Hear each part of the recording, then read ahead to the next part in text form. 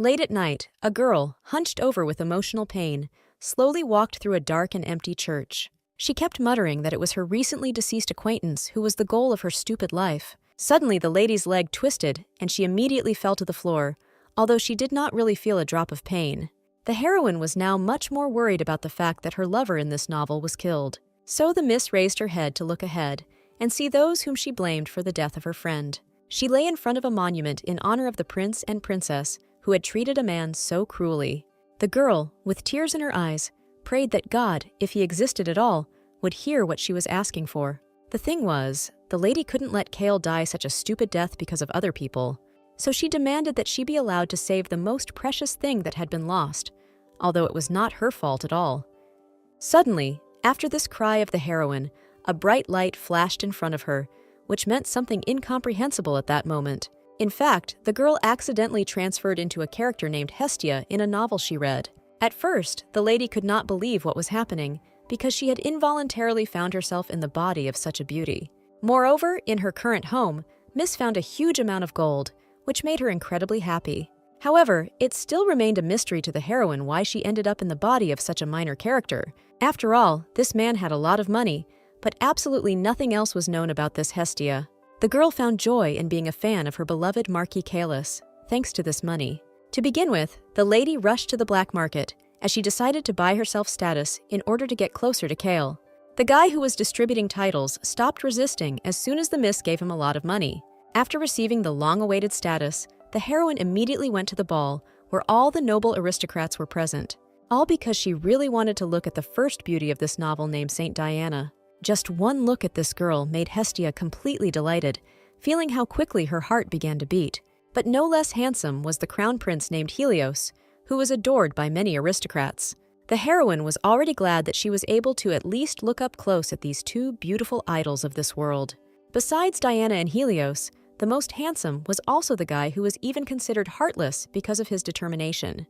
Looking at him, the heroine did not want to believe that this handsome man was destined for a very sad fate with an imminent death. His name was Kaelus, and it was he and his face that Hestia liked so much, despite his bad character. Even now, although the guy did not look at anyone arrogantly, the lady almost fainted at the sight of him.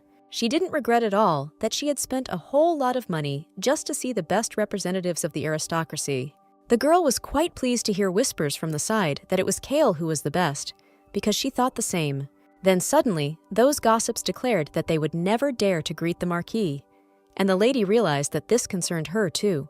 Although Miss was reborn, she became only an unimportant and inconspicuous secondary character in this novel. The heroine herself understood that she was extremely far from Saint Diana, who always showed love for the weak. Because of this, the girl was constantly surrounded by crowds of people of different ages because they hoped that she would definitely help. Dee didn't even notice that her close friends had already fallen in love with her, but she could only choose one. And the saint faced a difficult choice between the Crown Prince Helios, who openly demonstrated his feelings, and between Marquis Kaelus, who, due to his character, always only hinted that he felt anything at all for the lady. Diana herself continued to help people, as her powers allowed her to heal almost any disease. But at the same time, the girl did not miss the opportunity to smile at her friends and talk to them. This novel also featured a villain in the form of Duke Orcus and his cruel and only daughter, Retina. This woman had great ambitions, so she was going to marry Helios and become empress. So at some point, she began to openly attack Diana, although the guys still supported the saint. Retona herself loudly declared that Helios would have to accept her engagement if they did not want the situation to worsen. It was clear to everyone that if the crown prince were to marry Duchess Orcus, the power in the empire would be greatly shaken. Since Kaelus was Helios's best friend, he could never allow such a fate for him. So without the slightest hesitation, he forced the entire Orcus family to drink poisonous tea, which killed them. However, it was precisely after this that a major rift occurred in the friendly trio, which could not be corrected. When Diana learned of Kael's actions, she could not forgive him, because she considered it extremely cruel. The girl screamed that she didn't want to hear any apologies because the guy had no right to them. For the Marquis, the words of his beloved that she never wanted to see him again were the most painful thing. After this incident, according to the novel, the beautiful saint forever turned away from one of her close friends. As a result, Helios and Diana had a successful wedding, and all the people around happily blessed them. Since the heroine still considered herself a superfluous character, she did nothing during this time. The girl waited a whole year for this moment when the story of the novel would finally come to an end and she would be able to return to her world. When Miss saw Helios and Diana, she felt like they looked so incredibly happy and beautiful. Hestia could only hope that Kaelus would be just as happy, despite being alone. She suddenly remembered how much she cried when she read this part of the novel a long time ago, back in her world.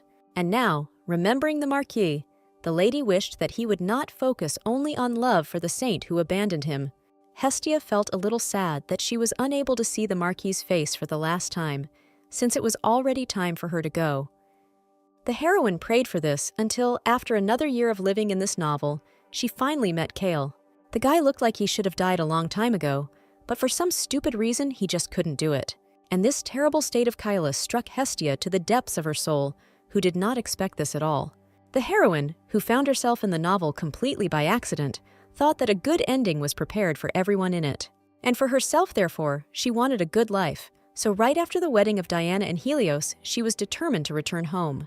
The heroine went to bed, completely confident that she would wake up in her own world and see her parents. But for some reason, no matter how much the lady went to bed, and no matter how many days passed, she was never able to return back. However, Miss did not give up until the very end, and continued to hope that sooner or later she would get into her world. Hestia saw no point in staying in a novel where absolutely everything had been finished for her long ago. But in this incomprehensible manner, first weeks passed, and then even months, systematically changing the seasons one after another. In the end, the heroine became so tired of waiting for her return to her world that she simply gave up completely. Hestia sincerely did not understand what she was doing wrong, that she had been living aimlessly in this world, which she had ended up in by accident. Since the lady had given away all her wealth in preparation for her return, she now lived almost in poverty in a small house in the forest. Every time Miss opened her eyes again, she felt like she had died and was just stuck in that place. The girl was incredibly tormented by the fear of loneliness, because in the plot of the novel, she was absolutely not needed by anyone. And what made her saddest was that news periodically appeared that Kaelus had tried to kill himself. The heroine was very sad about this, because she sincerely wanted the guy to be happy and live peacefully. The lady understood that the Marquis had lost the will to live because he had been abandoned by his two closest and best friends. Hestis, reading the news, wondered who it was that accidentally saved Kael from final death every time. The lady herself wanted to cry and pray so much that the guy could finally find his happiness in this world. Miss continued to pray that she would wake up in her bed and see her family, but for some reason, this did not happen either. So in the end, the heroine finally stopped understanding why she was given this torment at all. With tears in her eyes, she fell to her knees in the middle of the forest and whispered that she desperately wanted to disappear from this world already. Imagine Hestia's surprise when at that very moment, the dead, tired Marquis Kaelus came out to her. The lady immediately called out to the guy, as she could never in her life pass up the opportunity to talk to him. Suddenly he stopped and turned around sharply, looking at her, after which he rudely asked what the stranger wanted from him. The girl only now realized that her beloved was really in front of her, and this was not just a dream. Suddenly, from somewhere to the side, the cries of people were heard, who were trying with all their might to find the Marquis who had escaped from them. And the guy himself, covering the lady's mouth with his hand, quickly and deftly hid with her behind the nearest tree, where he was not found. Hestia was so surprised at how close she found herself to her beloved that she didn't even think about resisting. Kaelus held Miss in silence until he was completely sure that his servants had definitely gone away. Only after this did he finally let the girl go, although she herself was ready to stand in his arms all day and more. Since the heroine could not simply let the Marquis go, she brought him to her mountain house, where she had lived alone until now. The Marquis apologized for the trouble he had caused, but Hestia was only worried because she hadn't had time to clean up. The girl never even dared to dream that the man she loved would visit her house. Kaelus himself behaved completely calmly and seemed to be absolutely not tense due to his presence in someone else's house. In order to at least somehow start a dialogue, the heroine awkwardly approached the Marquis and asked what he was doing alone in the forest. There was silence between them in response, and the girl quickly said that Kael did not have to tell her anything. Unexpectedly, the boy stated that he wanted to disappear from this world, which shocked Hestia incredibly. She suddenly realized that she had been experiencing exactly the same desire lately, although for completely different reasons. As a result, the lady admitted that she was extremely sad because she could not return to her family and friends. Kaelus was still sitting motionless at Miss's table, but in fact he was listening to her attentively, although he did not show it. Finally, the Marquis sadly lowered his head and whispered that for some reason they were very similar to each other. These words made Hestia immediately shudder slightly, as she herself had thought about something similar. And Kael suddenly admitted that he wanted to choose death, which greatly frightened the heroine, who wanted him to be happy. But the guy calmly stated that the lady is stronger than him if she holds on and does not choose death over life. Miss froze in complete shock, because she did not believe that her beloved could suffer so much. It seemed to her that the guy was strong enough to safely survive everything that happened to him. However, now, looking at him closely, the girl saw how much the Marquis was actually exhausted. Even though Kaelus was considered a minor character, the lady liked him much more than anyone else. For this reason, Hestia suddenly became acutely aware that she really missed her beloved's former calm and sweet behavior. So, deciding to try to help him, the lady asked the guy to wait a little while until she returned soon. It occurred to Miss that she had been unable to escape from the novel only for this moment where she helps the Marquis. Therefore, the heroine decided to at least prepare some tasty food for Kaelus first, and then put him in a warm bed. Hestia also had time to think that they would take a walk when the Marquis had rested, and would even be able to have a heart-to-heart talk. But as soon as the lady opened the front door, all her hopes instantly died out at the sight of Kael's lifeless body. Miss couldn't even believe her eyes at first, because she couldn't even imagine something so terrible in her house. As a result, the girl dropped all the products that she had chosen so carefully because she no longer cared about them. Hestia stood frozen in place in complete horror, looking blankly at the cooling body of her self-murdering lover. Unable to bear it any longer, the lady ran up to the guy and took his head in her arms, although she understood that all actions were useless. The heroine burst into tears from pain and misunderstanding, because it literally just seemed to her that she had found her place in this world. The girl sincerely did not understand why, on top of everything else, she had to go through something so terrible. Having come to her senses a little, Miss looked around the kitchen and found a farewell note from Kael, who apologized for everything. As a result, the Marquis' death became news in the newspapers, but by coincidence, it was forgotten after just one day. All because then, all the newspapers started writing about the disagreements between Diana and Helios, which turned out to be more interesting. But Hestia was immediately enraged by such disrespect for her lover, who had recently died. The lady angrily clutched the newspaper in her hands, and once again mentally asked Kaelus why he had committed suicide. After the death of her lover, Mrs. Life changed dramatically, and she even stopped taking care of herself in any way. Hestia was so absorbed in her sad thoughts that she didn't even notice anyone around her. And even when they angrily shouted something after her, the lady continued to completely ignore everything that was happening around her. The girl almost went crazy, because she only went to church and muttered various prayers in honor of Kael. Hestia still heard snippets of rumors about the Marquis' friends who had quarreled, but she didn't care at all. She continued to whisper the names of Saint Diana and Prince Helios meaninglessly, because she didn't care about them at all. The heroine was actually only concerned about her beloved, who chose death, and now she didn't want to live either. Hestia didn't want to believe until the very end that everything that happened was true, because she blamed herself for everything. Miss did not want to admit for even a second that Kael had chosen this fate for himself, and insisted that he had simply been killed. Suddenly the lady's eyes widened in horror as she realized how much her lonely lover had suffered all this time. She slammed her fist angrily on the cold floor as she decided that it was Helios and Diana who had ultimately killed Kaelus. Imagining the abandoned body of the Marquis, who was ultimately unable to find his place in the world, Miss wanted to cry. So Hestia cried out loudly, calling upon God that she was ready to give her life, if only to save Marquis Kaelus. Suddenly, everything around the girl was illuminated by a bright glow, and when she opened her eyes, she did not remember what had happened to her before. She looked around in surprise and suddenly jumped up as she discovered that she was in her room before moving to the mountains. The girl was absolutely sure that she had definitely remained in the temple, but she did not know which of the saints had transferred her here for some reason. Hestia pressed her hands to her head in excitement as she decided that people simply did not know who she was. Otherwise, they would have taken her to the mountains.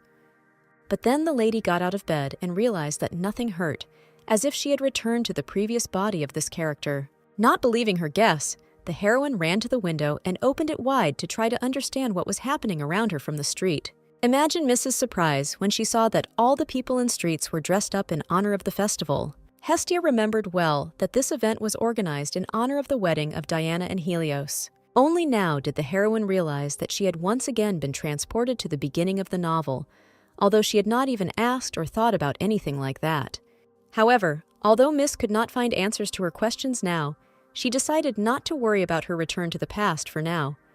Hestia remembered very well that today was not only the wedding day of the prince and princess, but also the Marquis's first attempt to die. Therefore, the girl quickly ran to look for the nearest carriage in order to get to Kael's mansion as quickly as possible. Without thinking twice, the lady ran up to one of the cabbies with a carriage and shouted for him to take her to the right address. Just as the guy was about to start getting indignant, the miss threw a bag of coins at him, and the assistant immediately agreed. While they were driving, the girl thought that she would definitely take advantage of this next chance. She knew that Helios was openly and loudly courting Diana, while Kaelus did it quietly and very easily. It was because of this that his girlfriend always took the guy's efforts for granted and never even thought to thank him. Already on the approach to Kael's mansion, the heroine encountered the first difficulties in the form of too good protection of the estate. But Miss had no intention of backing down, so she declared that she had a very important message for Kaelus. Although the knights were frightened by such a look, they still declared that no one could be allowed to see the Marquis without special permission. Then Hestia cleverly took advantage of the distraction and shouted that Saint Diana herself was walking not far from them. This distracted the guys, and the girl immediately rushed past them, since at the moment nothing could stop her. The servants, past whom she quickly ran straight to Kael's office, jumped away in fear in different directions because they did not know her. Even the butler, despite having seen a lot in this life, was very surprised at the sight of an incomprehensible lady in their estate. And the heroine herself, without any embarrassment, burst into Kaelus's office, loudly and unceremoniously throwing open the doors. Imagine her surprise when she saw that at that very moment, the guy was standing with a blade near his throat. Realizing that they had come to him at such an inopportune time, the Marquis asked with displeasure who had brought this and what he needed anyway. At the sight of what the gentleman was about to do, the butler fainted, and the lady was glad that she had managed to prevent it. She clenched her fist in anger, because she knew that Kael would continue to try to kill himself if she didn't figure out how to save him. After which, the heroine took advantage of the fact that the guy did not understand what she was going to do. So Hestia picked up speed and crashed into the Marquis, causing him to unconsciously drop the blade from his hands in surprise. Kaelus, despite his good physical condition, could not stay on his feet and even fell after this unexpected blow. And the lady herself, not at all embarrassed or worried about what had happened, stood firmly right in front of Kael, who was lying on the floor. The girl was confident in her words and intentions, so she declared that she really wanted to become the Marquise of her beloved. Marquis Kaelus's butler was named Uros, and he took care of the boy from childhood, even helping his father at one time. The man easily and naturally replaced his young master's parents, as he was wise and skilled enough. Although Kael fell into depression, the assistant himself did not stop performing the duties of the mansion, no matter how sad he was. However, the events in which an unknown lady proposed to Kaelus shocked the butler too much. The heroine herself at that moment could barely calm her wildly beating heart, since she was very afraid to confess. She understood that she had acted too boldly and brazenly, but she was not going to let her beloved die this time. Suddenly, Hestia visualized two angels in her head who began to support her decision to be with Kael. But the girl herself was not happy that in her subconscious she imagined such creatures that pushed her to madness. At that moment, the Marquis suddenly began to move, although all this time he had simply been sitting motionless and thoughtfully in the same place. The guy asked in confusion if the lady wanted to get married, and the heroine immediately became embarrassed by his cold pressure and calmness. Suddenly, Kaelus laughed completely madly and asked if he really looked so frivolous. Hestia tried to explain that she didn't feel that way about him at all, but only wanted to help, but the Marquis didn't listen to her at all. He suddenly said that the lady could do as she wished, which greatly surprised her and the butler next to her. The heroine was so surprised by these words that she even forgot about her manners and screamed, and the guy explained that he didn't care. The lady could not understand this approach at all, because no matter how bad the Marquis felt, it was about his own wedding. But Kaelus suddenly declared that the miss should discuss everything she needed with the butler, and with that, he ended the dialogue, turning away. Since Kaelus was completely fed up with these two in his office, he simply threw them out the door so as not to talk anymore. Hestia and Uros looked at each other in surprise, as they understood little of the young master's strange actions and decisions. After which the girl could not stand it and almost screamed, since she absolutely did not understand what had just happened. A little later during the dialogue, Hestia fully introduced herself to the butler and even gave her purchased surname, Ile. The lady was glad for the second time that she had once acquired a title and status, because it was now much easier for her to communicate. Euros asked permission to ask the miss a few impolite questions, as he was burning with curiosity, and Hestia allowed this, when suddenly the man immediately began by saying that she had broken all the rules and invaded private territory. The girl assumed that it would be difficult for her to listen to what the assistant would say, but she tried very hard to take everything into account. Unexpectedly, the butler suddenly stopped his stream of questions, each of which made the miss feel awkward. Euros stood up and bowed to Hestia, saying that if it were not for her, the Lord might have suffered, so he was grateful. And the heroine thought with a smile that she should thank the old man, because it was he who had saved Kael before. Here the assistant suddenly became thoughtful and admitted that in everything that was happening, there was something very incomprehensible and strange to him. He did not understand how the lady could know that the Marquis would die, and yet she ran as if she really was sure of it. But Hestia knew everything that her butler asked about, although she couldn't say anything about it because she could be considered crazy. Moreover, the girl's internal assistants now only interfered with her more, not helping her to concentrate at all. Wuros noticed that for some reason, there was a tense mental struggle going on inside the lady, but he did not know how and with what he could help her. After long and painful reflection, Miss decided to declare that she had the ability to see the future. As she expected, the butler did not believe this statement at all, since he believed that such forces did not exist in nature. However, the old man did not expose Hestia's lie, but instead delicately turned away, although his face gave him away. Then the heroine decided to prove to the man that she knew what no one else knew, because it was only between Kael and his servant. Euros was very surprised when the lady said that the gentleman had ordered a ring with a pink stone to be given to Diana. Ely skillfully took advantage of the fact that she knew the plot of the novel well, so she could pretend that she could predict the future. The butler really thought hard, although he was still not entirely sure that the miss was telling him the pure truth. Unexpectedly, Hestia reported that the Marquis would continue to go mad in constant attempts to finally kill himself, after which the heroine promised that she would definitely use her abilities to save the Marquis at any cost. The old man listened attentively to the lady and guessed that she would need certain powers to help the gentleman. Hestia, at the end of her words, stated that she wanted to become a Marquise only so that Kaelus could continue to live. She fervently convinced the assistant that she would never dare to harm the master, even though she was an outsider.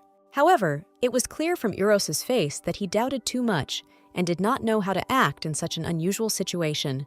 The lady realized that she had not been convincing enough for the butler to take her side without discussion. But unexpectedly, the assistant suggested that Miss talk to the Marquis herself the next morning, which immediately made her very happy. After which, the old man politely bowed to the girl and offered to spend the night in the mansion, since it was late to return. The heroine thanked Euros for his help, and when he left, she immediately breathed a sigh of relief, because she was very tired. Hestia was pleased with how far she had come in just one day, but she had no intention of stopping there. She imagined the same sad Kaelus, and mentally promised him that she would definitely save him from everything. And the guy himself at that moment sadly asked Diana to give him an answer as to what to do next, because he was still completely confused. Unlike the Marquis, the heroine was now incredibly proud of herself, because she had done a lot to help. But the demon and angel inside her openly mocked the girl, asking how she could act so recklessly. But since these images were part of the lady's imagination, they also really wanted her to eventually marry the Marquis. Hestia concluded that she could not undo her actions that had already been committed, but she did not worry since she was inside the novel. But this realization did not help the girl get rid of the annoying and incomprehensible images of an angel and a demon. The lady admitted that when she saw Kael's emotionless gaze, she realized that becoming just his secretary would not be enough. The images of Mrs. Imagination also believed that everything would be fine if she could eventually help her lover. Hestia suddenly became more serious as she remembered that this was her goal in this novel, and she was going to fulfill it. Suddenly, the heroine saw herself, who told her that she would always be there and would help in everything that was needed. The lady was just about to ask what was going on when she suddenly opened her eyes and found herself lying on a bed in the Marquis' estate. She stood up anxiously, trying to quickly move away from her very strange dream, which she had almost forgotten. However, the remnants of it continued to wander in the girl's head, which greatly puzzled the bewildered Hestia. When the miss left the room, the butler immediately asked delicately how she had slept that night and whether she was satisfied with everything. Ely admitted with a smile that she had not slept so well and softly for a long time, so she was absolutely completely satisfied with everything. Together, they headed to Kaelus's office, and Uros confused the lady by telling her that for some reason she looked extremely unperturbed. In response, Miss anxiously asked how Kael was feeling now, especially after what had happened to him yesterday. The butler asked in surprise how the girl could see the future, but at the same time not know the answers to her own questions. Hestia quickly had to come up with an excuse that she could only see big events and not such small ones. The old man said with a smile that he was just joking, while the heroine almost turned gray due to the stress she had experienced. However, the lady was glad that the communication with the assistant had suddenly become so much more informal, unlike yesterday. Miss would like to continue to develop a good relationship with this man, since she knew how much he did for the Marquis. Suddenly, the old man admitted that he had worked all night to prepare the documents, which greatly shocked Hestia. But Uros himself did not attach any importance to his words, but instead asked the girl to choose her words more carefully. In response, the heroine smiled sweetly and promised that everything would definitely be fine because she was sure that she knew Kael. Although the butler believed the lady, just in case he still knocked on the master's office door and warned Kaelus of her arrival. Hestia herself understood perfectly well that she had to be prepared and under no circumstances should she relax. But the miss noticed almost immediately that the Marquis was already sitting motionless on the sofa, not wanting to communicate with anyone now. When they both entered, the guy barely turned his head to lazily and condescendingly look at the impudent girl who had come to him. The heroine immediately felt uneasy because the Marquis's gaze was too cold and piercing. The girl thought she was ready to meet the master, but the sad memory of his death still surfaced in her head. Due to the unpleasant experiences and stress, Hestia unconsciously began to bite her lips, which completely revealed her anxiety. However, the lady immediately pulled herself together and was the first to greet Kaelus loudly, as she did not want to give up. But no matter how brave the miss seemed to herself, inside she was still terribly worried about the dialogue with the Marquis. The heroine was saved by the butler, who provided the future spouses with all the documents and asked them to study them carefully. Hestia was quite happy with the fact that after signing the marriage contract, she would be able to enjoy the status of a marquise. In this case, her level of authority would also increase greatly, but the girl was absolutely ready for this. But what surprised the lady most was that Uros was able to prepare such detailed documents in just one night. However, there was one thing Miss would like to correct, so she said that she was not going to lay claim to Kaelus's property. The butler did not expect this, but he nodded obediently and promised that he would remove this part from the marriage contract a little later. First of all, the assistant was forced to ask the gentleman a few questions, when suddenly he reached for the sheets of paper. Without saying a word, Kaelus signed his name with one movement of his hand, thus confirming his marriage. This spontaneous and abrupt action greatly frightened Hestia and Uros, because they saw that the Marquis had not even read anything. In response, the guy quietly and somewhat menacingly asked them not to make so much noise, because he didn't care at all about what was happening. Hearing this, the heroine immediately understood what a terrible state Kael was in, because nothing made him happy. The lady clenched her fists in worry, as she really wanted to help the Marquis, although she couldn't do it right now. However, since the marriage contract had already been signed, the miss stood up and bowed politely to her husband. She promised with a smile on her face that the guy would definitely not regret making such a dubious decision. In response, Kaelus, who was not at all ready to rejoice and have fun, turned away and rudely asked the girl to go away. As soon as the butler and the Marquise left the door, the assistant immediately began to ask forgiveness for his master's ignorance. But the lady was not at all offended by this, because, smiling, she said that she needed to get to the temple. Hestia loudly declared that the first thing she was going to do was return to the Marquis what he had once given away long ago. And the lady decided to start with the showdown that would concern Diana, because she knew better than anyone else what had happened. Lady Di was originally a saint with great divine powers that allowed her to heal other people, but because of her lowly origin, even with such powers, her position in the temple still remained low. Then Kael donated his most fertile land to the temple, as a result of which the saint was able to receive a high status. But the girl didn't even thank the Marquise in any way, but married the crown prince, with whom she began to live happily. But the heroine did not want such an end for her beloved, so she was very angry at the saint for her ingratitude. So right now, Hestia was going to deal with the temple and get back what her husband had once foolishly given them. As soon as the lady drove up, a young priest ran out of the holy place and quickly rushed to the carriage. The guy saw that for some reason Kaelus was nowhere to be found, although the carriage was his, and asked the girl who had arrived about it. In response, the heroine proudly declared that today she had arrived at the temple instead of the marquis, which noticeably surprised the young priest. And Hestia explained that she was now Kael's wife, and therefore had every right to represent all of his affairs. Hearing this, the priest did not believe what was happening so much that he even accidentally did not control his emotions. The lady didn't like the guy's reaction, and he said that he needed to lie better because the Marquis could not forget Saint Diana. But the miss had no intention of listening to such rude words, so she purposefully walked past the stupid temple assistant. The priest asked sharply where the lady was going, to which she explained that she had no intention of speaking to him specifically. He was about to become indignant when suddenly the girl deliberately scattered a bag of gold coins in front of the priest. This had an immediate effect on the novice, as he froze with his mouth open in surprise and delight. Taking advantage of this, the lady said that she wanted to see the high priest, and the guy immediately promised that he would show her everything.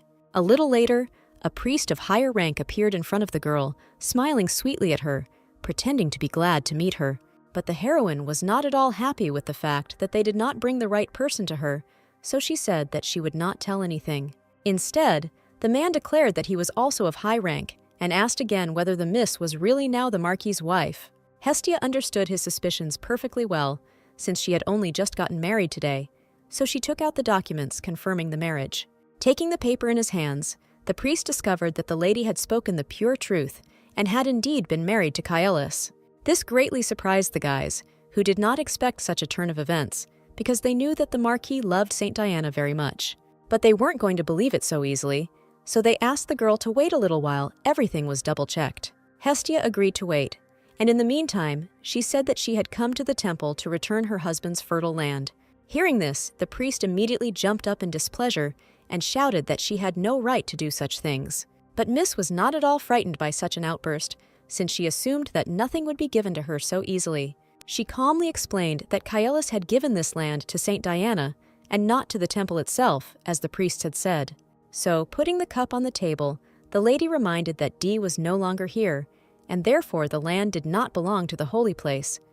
In fact, the heroine knew that the temple brazenly appropriated the gift from the saint so that Kael would not take anything away. Suddenly the guy said that it was not his responsibility to talk about such things, so he left, asking the miss to wait. As soon as he left, Hestia sighed with relief, as she was afraid that her words might not work on the priests.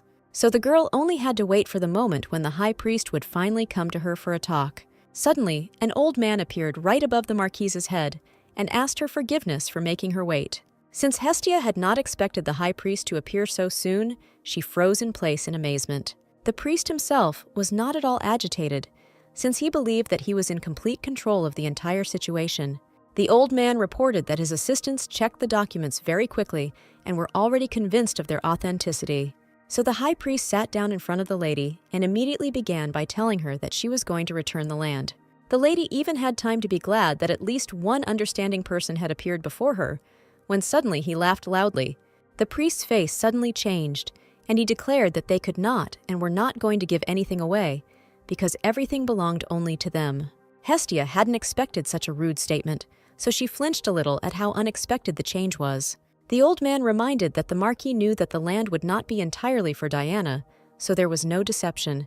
Although the girl was actually scared under such pressure, she clenched her hands tightly and reminded herself to be strong. Hestia was no longer just a minor character, but a marquise, and she had no intention of pandering to anyone else's wishes. Therefore, the miss nodded in agreement, which the priest took quite well as a retreat, but the heroine had no intention of doing so at all. All because, according to her plan, the miss declared that everyone would find out about the saint's cruelty, and this surprised the high priest. But Ile didn't even think of stopping, as she then called the temple a villain who hides behind other people's affairs. At the end of her speech, the heroine smiled sweetly and asked if it would be okay if such headlines appeared in the newspapers tomorrow. Miss grinned wickedly, because she was absolutely sure that the temple would not be able to object to something like this. And indeed, for the first time in his long years of service, the high priest did not know what to say in response to the accusations. As a result, he came up with the idea of forcing a smile and laughing and saying that he didn't understand what was being discussed. Hearing that the temple does nothing for its own benefit, Miss laughed sarcastically at this, because she knew the truth. Hestia could clearly see that the high priest was barely keeping a smile on his face, lest his eyes betray his worry. The heroine saw that the priest was not giving up, so she decided to play until the very end, reporting that they had captured the great land. The girl was genuinely amused, suggesting different options for how the newspapers would write about the temple tomorrow. The high priest only now realized that he could do absolutely nothing to counter this impudent wife of the marquis. The old man clasped his hands angrily, because he knew that the miss was completely right, and not everyone supported Diana because of her background. Since the saint often helped the common people among whom she was born, almost all of them loved her very much. But, in turn, the aristocrats could not accept the fact that a commoner had somehow miraculously married a prince. The priest was very afraid that people might find out that they were acting in concert with Diana, because no one would like that. Hestia guessed that she was almost victorious, so she whispered that she would definitely make a noise if she did not get the land. And just in case, she also added that she would even contact the emperor and inform him about this situation. The high priest immediately jumped up in horror and shouted that the marquise had no evidence of their guilt. But the heroine, still with a calm smile, said that in his place she would not be so sure of this. At the same time, Hestia deliberately looked at the priest with a pressing gaze in order to finally force him to admit defeat. The old man faced such a serious opponent for the first time, so he couldn't maintain eye contact for long. So he ran off to his assistants, and the lady politely asked him to wait for a while, which she was prepared for. Miss watched with pleasure how frightened the priests were, who did not want the imperial inspection. Hestia took the cup of tea with a smile, and thought that if all the evidence was presented, the temple would lose. The only thing was that the heroine had no evidence, and she was bluffing the whole time, and the priests fell for it. Therefore, just in case, the marquise reminded the men once again that she was really trying to help them. She came closer, and taking the priest by the hand, said that she proposed to settle all conflicts in the most peaceful way. So the high priest in this situation had no choice but to listen to the cunning girl. That same evening, Hestia returned from the temple quite late and was immediately greeted with concern by the butler. In response, the heroine, without saying anything, simply showed the assistant a document which stated that the land had been returned. Euros was immediately completely delighted because he himself wanted to return something to her, but had no right to do so. At that moment, Kaelus was silently and unnoticedly watching the old man and the girl from the window, but he didn't even smile. From his position, he could clearly see how happy Hestia was that everything had worked out so well for her. However, the guy had no intention of participating in this celebration of life, so he turned around and walked away to his office. Only then did the lady realize that she had felt Kael's gaze on her, but when she turned around, she could not see anyone. But then she was distracted by the butler, who asked why the marquise didn't personally tell her husband about the success. The heroine herself thought that she would be extra glad to see Kaelus, but she believed that he was not yet used to her. So here Miss suggested to end such a hard-working day, because it was already late and time to sleep. As soon as Hestia entered her room, she immediately fell onto the bed, remembering that she didn't even notice how the day had passed. The girl was already happily thinking that with such a good start, she would quickly be able to take revenge on the prince and princess. In the meantime, the lady thought that tomorrow she would have to check the condition of the land returned today. But without having time to come up with a good plan, the heroine fell asleep so quickly that she didn't even notice it. At that moment, the young man was reading the news that the marquise had managed to return the fertile land to her husband. He angrily clutched the document that his faithful servant had brought him, since he was not going to believe such a thing. After which Helios, still working at such a late hour, said that he would try to see everything with his own eyes to make sure. The next morning, Hestia came to Kael first thing, and he reported that she had pulled off an interesting task. In response, the lady frightenedly asked for forgiveness, remembering too late that she had acted without permission. The heroine could not even imagine that the marquis would suddenly personally call her in the morning, while she had other plans. However, she could not ignore the marquis's wife, so she came to his office, although she felt awkward. Suddenly, Kaelus thoughtfully whispered the girl's name, since he actually only just remembered it. At the same time, he looked straight at his wife, with whom he had nothing in common except their recent marriage contract. Hestia met her lover's gaze with surprise, although she did not expect him to stare at her. Here the guy asked again if he had remembered the lady's name correctly, and she hastily confirmed that indeed everything was correct. But what impressed the girl most was that Kaelus was looking at the newspaper that she had brought especially for him. For a while, the Marquis was silent as he carefully studied the contents of the newspaper, since he had not read any news for a long time. After which, Kael suddenly looked at Hestia again and asked why she decided to marry him after all. This question noticeably surprised the heroine, and she remembered that she really had not explained anything to the young master before. But although the lady knew the answer inside herself, talking about her feelings turned out to be much more difficult than she thought. So the girl came up with an excuse, with sparkling eyes, saying that she hated Diana and Helios. But the Marquis narrowed his eyes suspiciously, which showed that he did not really believe in such strange stories of the myths. So, just in case, Ellie added that she wanted the saint to apologize to the Marquis for condemning her. The girl admitted that she was aware of the choice this couple made and wanted them to regret it. Kaelus listened silently to his wife, whose motives he had only just now thought to ask about, and therefore began to think. Unexpectedly for himself, the guy began to remember not only events related to friends, but also those from yesterday. Then the butler informed him that Hestia had an amazing ability to foresee the random future. When Kael heard about this for the first time, he expectedly did not believe it and looked reproachfully at his faithful assistant. He even asked if the old man needed some rest, but Uros insistently assured him that he was fine. The butler reported that the lady knew about the gentleman's intentions in advance, and therefore managed to save him in time several days ago. Moreover, Uros shared his opinion that it seems to him that Miss sincerely cares about her current husband.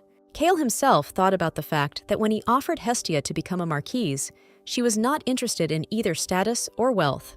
But he still couldn't believe that the lady was doing all this just for him, so he asked if they had met before. The heroine was not able to answer this question right away, since for the Marquis they had truly never met. Then Kaelus asked if there was another reason why Elias chose him, but she felt she had no choice. In the end, the lady decided not to fight off the questions, but asked in response whether the Marquis really didn't like what was being done. The guy didn't expect that his wife would suddenly start talking about how she could calmly leave his estate at any moment. But he couldn't say right now what exactly he thought about all the actions of the miss, who said that she was doing everything for him. So the Marquis took advantage of the news and changed the subject, saying that Helios had just recently sent a letter. The heroine became thoughtful when her husband declared that he would not interfere in her affairs, so she could do whatever she wanted. But then the guy said that he was interested in how it would all end, and these words immediately made Hestia very happy. Hestia couldn't help but smile contentedly and promised that she would return immediately after meeting with the crown prince. Kaelus promised that he would give a signature that would prove that they were husband and wife, which made the miss even more delighted. But right after this, the Marquis suddenly rudely threw the lady out the door, and the butler immediately ran up to her. Uros explained with great concern that the gentleman had simply not recovered yet, so there was no point in being offended by him. But the heroine was not worried about this at all, but about the fact that she was about to meet the crown prince soon. The assistant immediately assessed the seriousness of the situation, and therefore promised that they would prepare everything for this. The servants were very surprised when they learned that their mistress was going to a meeting at the imperial palace. The maids were instantly inspired and turned the lady into a real beauty, quickly and easily choosing an outfit for her. The heroine looked at herself in the mirror in amazement, because now she really did look much better than usual. Noticing how the lady admired herself, the assistants were pleased with their work because they had done it perfectly. They supported Hestia, which Miss didn't expect, but she was still glad to receive such care from other people. The Marquise herself believed that she had done nothing to earn the servants' trust, which made their help all the more surprising to her. The girl understood perfectly well that she was going to meet the two most beautiful people, so she had to live up to them. At this point, the lady cheerfully and confidently said goodbye to the inhabitants of the estate for a while, heading to the palace. But as soon as she saw Princess Diana up close, the heroine was immediately struck by her beauty. Although Hestia had been given a very nice outfit, she immediately realized how much worse she looked.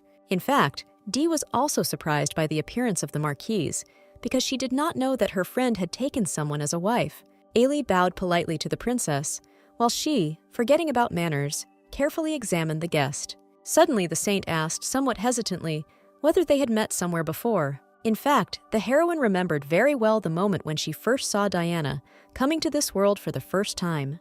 At that moment, the saint was dressed simply, but at the same time very elegantly, and tried to help everyone who asked for help. The girl was not only incredibly beautiful and sweet, but also possessed truly powerful strength. That is why people came in crowds to meet her, and loved the kind and lovely Diana who saved them. Hestia was well aware that Dee had been chosen as the heroine of this novel for a reason, as she fully deserved such a title. Moreover, being in front of the princess right now, the lady herself was enchanted by her skills and appearance. In a short time, thanks to her abilities, Diana was able to gain a high status and win a good husband.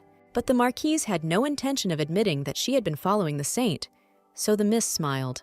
And then she asked if the prince's wife had definitely not confused her with someone else, barely restraining herself from showing her true emotions. Sometime later, Hestia presented her marriage document to confirm her recent marriage. She explained that Kaelus was confident that these papers would be enough for the prince and princess to trust her.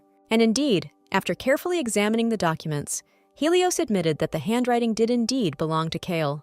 This greatly surprised Diana, and she asked to look at the paper in person, after which she too was convinced of the marriage. But the saint couldn't get her head around the fact that her former friend could marry someone so easily and hastily. Heli fully supported his wife because he knew the Marquis too well and was sure that this was not his style. However, neither of them could argue against the official document and the personal cover letter from Kaelus. Therefore, the prince had to admit the fact that the real wife of the Marquis was indeed sitting in front of him. The heroine was prepared for the fact that they wouldn't believe her the first time and would even discuss her, so she sat and smiled. At that moment, she herself realized that the spouses had not been able to find even the slightest hint of a lie in her words. As a result, Helios was the first to collect his thoughts and declared that for him, the status of a guest actually did not change anything. He said in a threatening tone that Hestia had exceeded her authority when she stole land from the temple, threatening him. But the Marquise was not at all frightened by such an attack, and only asked what kind of threats were being discussed. Although the guy continued to be outraged by her recent behavior, the girl still believed that she was right. Suddenly, Elias reported that the temple had used Diana's position to appropriate the land, which frightened the saint. The princess could not bear such a reproach, so she jumped up and began to defend the church property. However, the Marquise asked with a smile whether the saint should not now be on the side of the imperial family. The heroine thought out this dialogue down to the smallest detail, so she knew well what and when she should say. Unexpectedly for herself, she remembered the past, when she was on the verge of death and tried to ask for help from the temple. But after becoming a princess, Diana stopped helping ordinary people, so Hestia was then denied help. So now Kaelus's wife had even more reasons to win this argument, and she brought up different arguments. As a result, the prince's wife was completely embarrassed and at a loss, as she did not know what to say in response to the accusations. But then the heir sharply stood up for his wife and rudely asked the Marquise to watch her language and not insult the saint. Hessie instantly realized that she needed to pretend to be sorry, so she bowed and asked the couple for forgiveness. She then asked again if Diana would like Kael to donate the land to the temple, which again left her unpleasantly surprised. And the Marquise unexpectedly declared that her husband had once donated land to the temple only because he had feelings for the saint.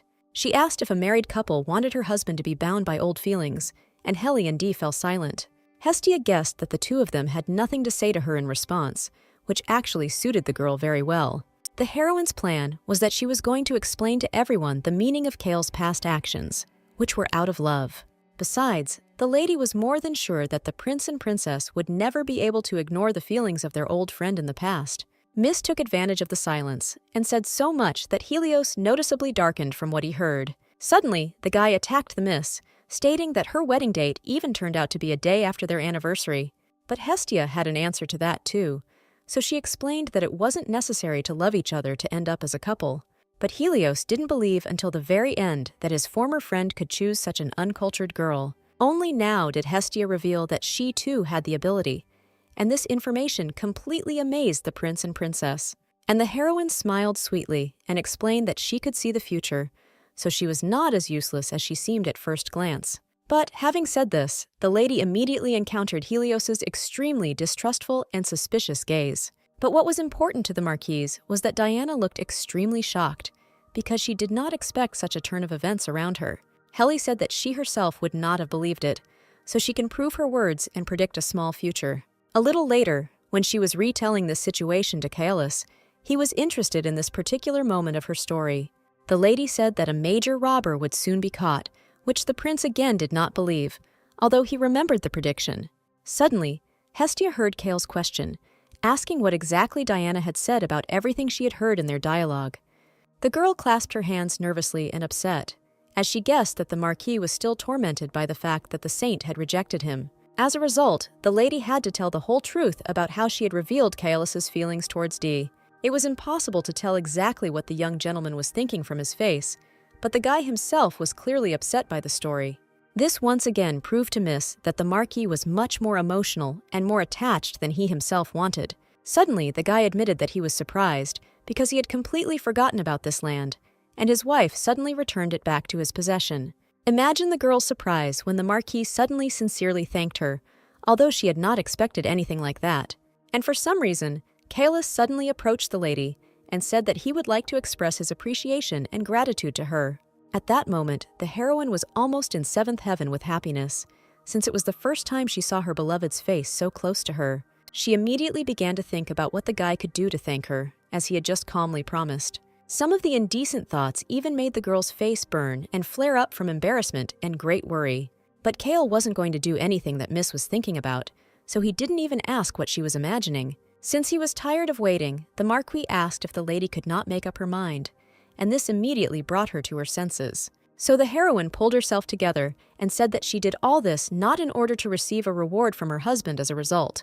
But Hestia really only had one wish, so she asked Kaelus to hire the best tutor for her. In fact, the girl had already thought through this request completely, since she knew in advance who she wanted to see as a teacher.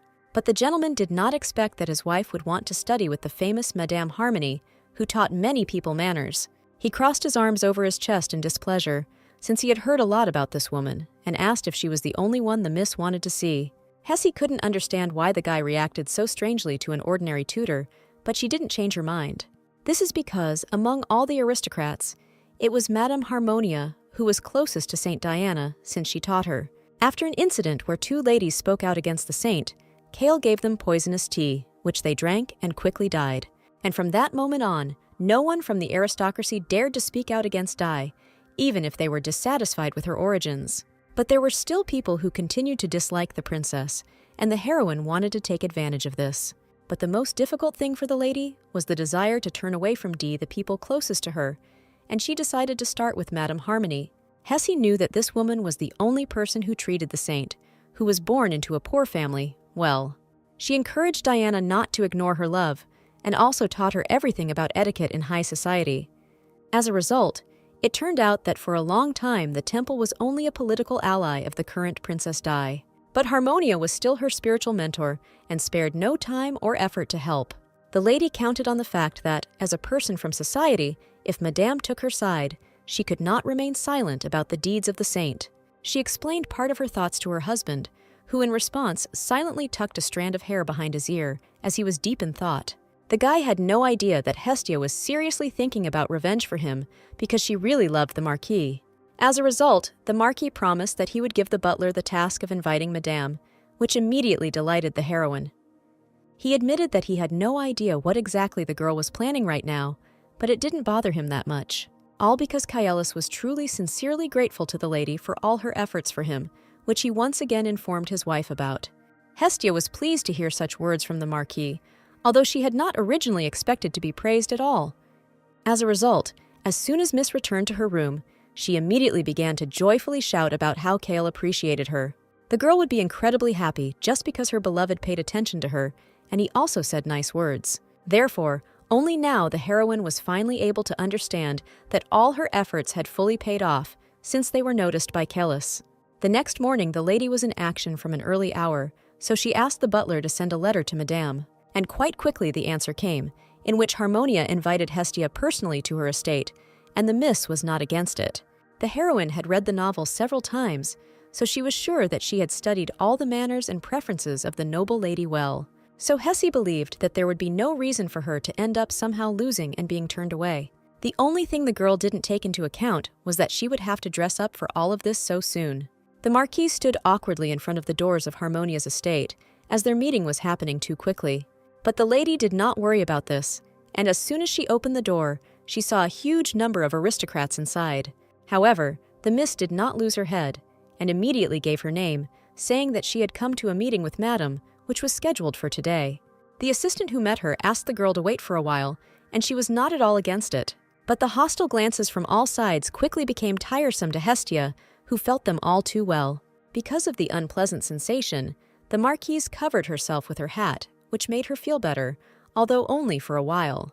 A few more minutes, and Kaelus's wife would have finally regretted coming to this place when she suddenly heard someone's voice. It turned out that she was called by Madame Harmony, who was in a hurry to meet her guest and take her to a separate room. The woman immediately said that she didn't think that the lady would ask to come to her home, since usually it was she who always came. In response, Hestia explained that she couldn't help but come herself, because she wanted to show her seriousness. The heroine remembered that Diana was honest and modest, so she planned to be exactly the same for Madame. So suddenly the lady burst into tears and said that she incredibly needed help, because she could not cope on her own. The woman immediately jumped up excitedly at the sight of this, since she always reacted strongly to tears and wanted to help. She confidently said that the girl could share absolutely anything, and Harmonia would definitely listen to her. Hestia bowed her head down, pretending to cry, and lied that she had no one else to turn to, just to gain trust. Since Madame asked to tell everything, Miss began from the very beginning, telling about her last name and life in childhood. The heroine had to lie about every moment of her story, just so that Harmonia would definitely believe in her case. Having heard that she was the last hope for the Marquise, the teacher finally decided to help her at all costs. Pretending to cry from helplessness and grief, Hestia was at that moment carefully watching the noble lady's emotions. The girl chose for herself the strategy of appearing to be a reasonable and calm person, although no better than Diana. However, the heroine expected that even such behavior would be enough to win Harmonia's favor. But noticing that the woman for some reason was not eager to help her, but was lost in thought, the girl did not understand what was happening. Hessie absolutely couldn't allow the aristocrat to doubt whether it was worth helping her possible new student. Although she had read the entire novel, the Marquise could not say where exactly she had made a mistake that had caused such emotions in Madame. The lady was afraid that she might simply not like it, so she asked if her request would really be a burden for the best teacher. But Harmonia, hearing the question, immediately explained that it was not about the girl's request at all, but that she was thinking about it for another reason. It turned out that the madam had a question that she was embarrassed to ask, but Hestia calmly allowed her to ask about anything. Imagine the surprise of the miss when the woman suddenly asked why the Marquis had married her at all, although there were rumors that he loved another.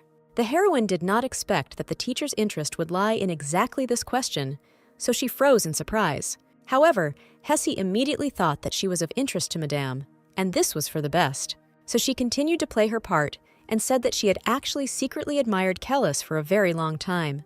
The lady told a story about how she decided to visit her lover, who was heartbroken over his beloved's wedding. The boy was devastated, so he agreed to the marriage, and now Hestia wanted to repay him for it with kindness and good deeds. Harmonia was pleasantly surprised by how pure the girl's intentions regarding her husband seemed to her. Hestia even admitted that she visited the temple so that her husband's generosity would not go unrequited, as it had originally been. The heroine herself was already sure that the madam completely believed in her words, so she was ready to take her side and teach her. But just in case, the lady still said that she knows her place well, so she won't try to jump above her head. The aristocrat was surprised when the Marchioness declared that she understood perfectly well that she was not fit to hold a candle to Saint Diana. However, Kael's wife was determined to make his living conditions as good as possible while she was still married to him. Harmonia was even scared by the girl's strong dedication, asking her for help in her studies.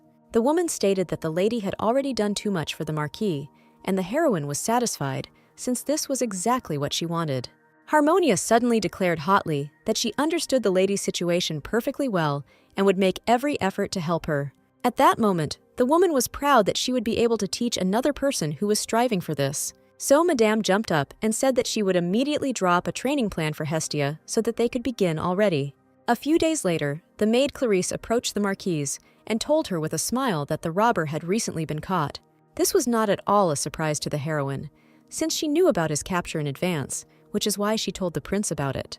The girl couldn't even hide her emotions because she was so happy that her prediction turned out to be correct. Hestia knew that all of her plans were going extremely smoothly, and she could only hope that this would continue to be the case in the near future. Here, the lady asked the assistant how the Marquis was feeling now, and for some reason she visibly hesitated, not knowing what to say in response. Imagine the Mrs.'s surprise when Clarissa finally reported that the young master had a guest coming to see him right now, which was unusual. The Marquise did not expect that Kaelus would now be able to receive anyone, despite the importance of the guest. Suddenly, Hestia asked if it was Hyperion by chance that the guest was being called, and this frightened the maid, since her mistress turned out to be right. The assistant asked the lady with concern how exactly she knew the guest's name, but the girl was in no hurry to explain anything in response. Instead, she jumped up and ran as quickly as possible to her husband's office, because she realized that a prince had come to him under a pseudonym. The heroine could not understand what Helios was thinking when he came to the Marquis in broad daylight while she was at the estate. Running straight to the office, the miss discovered the butler standing near it, who was excitedly eavesdropping at the master's door. Without thinking twice, the lady joined him, although Euros violated some of the rules of etiquette due to curiosity and anxiety. As soon as Hestia sat down, a very loud chair suddenly came from inside the office, although before that everything was in perfect order. The Marquise immediately opened the door, shouting her husband's name, as she was very afraid for his safety. She immediately saw that her beloved's hand was covered in blood because he had abruptly and loudly hit her on the glass of his window. At the same time, he stood right in front of his former friend, who was no less frightened than Hestia, who had run in. The lady was immediately furious at what she saw, as she had not expected that a normal dialogue could even lead to this. Since the Marquis had not moved since he had punched the glass, the lady could not bear it any longer and screamed his name. She quickly ran up to the guy and asked how he was feeling, while Euros promised from behind to call a doctor. Suddenly, the girl who was hugging her husband heard Helios call him, just as shocked as she was. The heir clearly didn't really understand what was going on, but he didn't know how to fix it all and get back to where it all started. Instantly realizing that this whole situation was precisely because of him, the miss screamed at the prince to get away. Heli flinched at the shout, as it was the first time he had been shouted at so loudly and to the point, even though he had meant no harm. Since he quickly realized that there was nothing else to do, he asked his former friend for forgiveness and then turned around and left. As soon as Hyperion left the office, Kael's legs gave way, and the Marquis almost fell, although Hestia tried to hold him up. The heroine begged the gentleman to wait just a little bit, because the butler was supposed to bring a doctor soon. At that moment, Miss looked at his face and became even more worried, because she realized that the Marquis was contradicting himself. Although the guy said that he didn't care at all, it was clear that he was experiencing very strong emotions because of his friends. A little later, when the doctor had fully examined Kaelus, Hestia remained by his bedside, as she was still worried. She didn't know if she could help him in any way at all, because this time, knowing the plot didn't make things any easier for her with her husband. The doctor reported that the gentleman's wound was not deep, so he should recover fairly quickly. However, these words did not completely calm the girl down, and she accidentally said out loud that she wanted to know what her friends were talking about. Suddenly, Kael asked if she was really that curious, which greatly frightened the lady, who did not notice that he had woken up. But what surprised Hestia most was the Marquis's question when he said that the lady should have known about the arrival of his former friend today. But the heroine immediately explained that such details were beyond her foresight, so she could not help. In response, the guy nodded briefly and turned away, while squeezing his injured hand, despite the sharp pain in the unhealed wound.